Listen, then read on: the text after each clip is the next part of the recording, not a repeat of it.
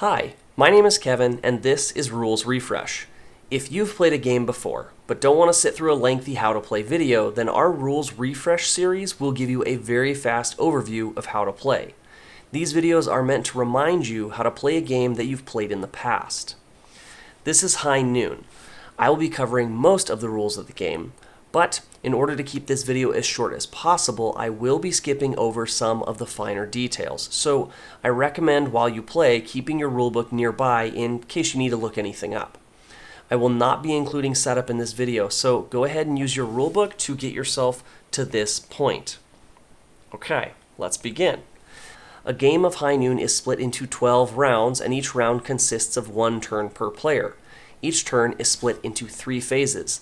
Phase 1 is the movement phase. During this phase, each character in a player's posse may move as many spaces on the board equal to or less than the speed value on their character sheet. Orthogonal movement requires 1 movement point, and diagonal movement requires 2 movement points.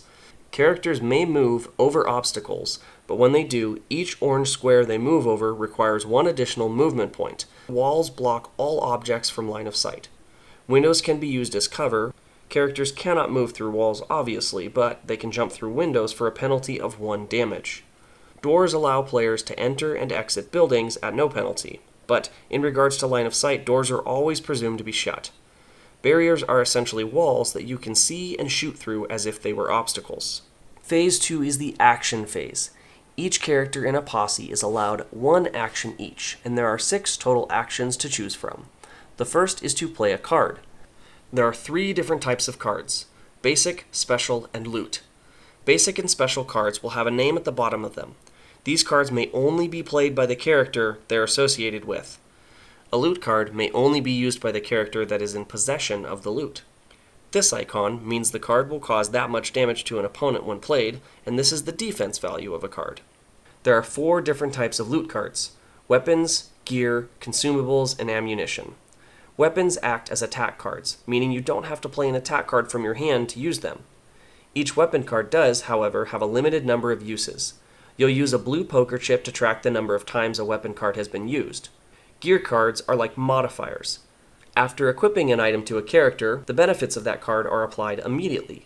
For example, this long-range sight indicates that it can only be equipped to a rifle, and once equipped, it will provide +3 to range when using that rifle.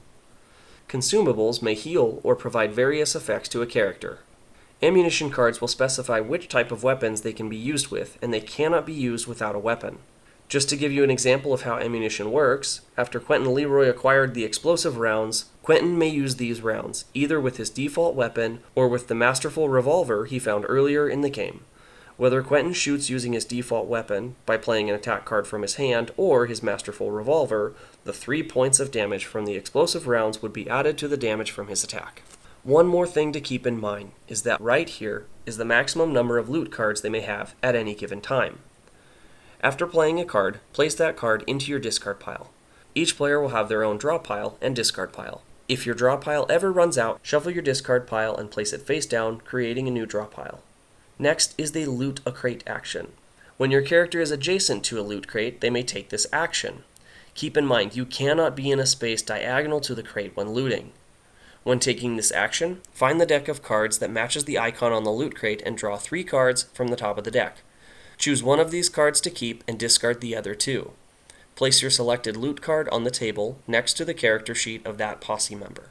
Once this is done, flip over the crate so the looted side is face up. Do not remove the loot crate from the board, as they can still be used as cover during the game. As an action, you can also loot a body. When a character is killed, all the loot they were holding, if any, is dropped. If you're adjacent to the poker chip, you may take any or all loot that character had been holding. After looting a body, remove the green poker chip. Next thing you can do is equip an item. Some loot cards, such as armor or a rifle scope, require an action to equip. To equip the item, place a blue poker chip on the card. When you acquire new loot, the cards are placed face up on the table. The poker chip on the card just helps remind you that it's been equipped. If 2 of the characters from your posse are adjacent to each other, you can pass 1 or more items from one character to the other character as their action for that turn. Remember, when collecting loot cards, they have to stay with the character that acquired it. In one action, you may pass as many items as you want from one character to another, but you may not pass items to more than one character in a single action. Last is drop an item. As a free action, a character may drop any or all loot from their inventory. These items are considered broken or lost in the chaos and are discarded. Phase 3 is the draw cards phase, and is quite simple. When you're in this phase, you simply draw 3 cards into your hand from your deck of posse cards. This is not optional, you must draw 3 cards. And you have a hand limit of 12 cards, so if you have more than 9 cards, you will first discard down to 9, then draw 3 cards from your posse deck. Now, let's talk about combat. In order to attack an opponent's character, like I mentioned earlier, you'll either need to play a basic card, special card, or utilize a weapon card. First, make sure your target is within range of your character. Your character's range can be found here on their character sheet, and you'll determine if the target is within range by counting out that many movement points on the map from your character to the target. Also, the target must be within your character's line of sight. Line of sight is measured in a straight line either orthogonally or diagonally from your character, so if Sheriff Garrett was making an attack from right here, he could shoot up to 10 spaces away in these directions, or 5 spaces away in these directions. After playing an attack card, the character you're attacking may play a defense card. This would be any card in their hand that matches that character and has a defend value on the right side of it. After a defense card is played, subtract the defend value of the defender's card from the attack value of the attacker's card. If there is any difference remaining, the defender takes that damage by moving the red poker chip on their character sheet that many spaces. If the poker chip ever reaches the skull and crossbone space on their character sheet, that character is dead and is removed from the board. Like I mentioned earlier, if they had any loot, then a green chip would be placed on the board. The orange obstacles on the map can also be used as cover. If cover is between 2 characters and neither character is adjacent to the cover, all attack values between these 2 characters are halved, rounded up. If only one character is adjacent to the cover, that character has a tactical advantage and does not suffer the cover penalty. If both characters are adjacent to the cover, then the tactical advantage is negated and attacks are at full strength. If each character has tactical advantage on their own separate cover, then all attack values are halved, rounded up. Also, characters may fire through their own teammates with a cover penalty, but they may not fire through opponents. Anytime you successfully attack or kill an opponent, you'll gain gold from the supply. A successful attack earns you 1 gold, regardless of the amount of damage dealt that turn. Dealing more damage does not earn you more gold, and you do not earn gold for self-inflicted damage. If you manage to kill a character, you'll gain the amount of gold listed here on their character board.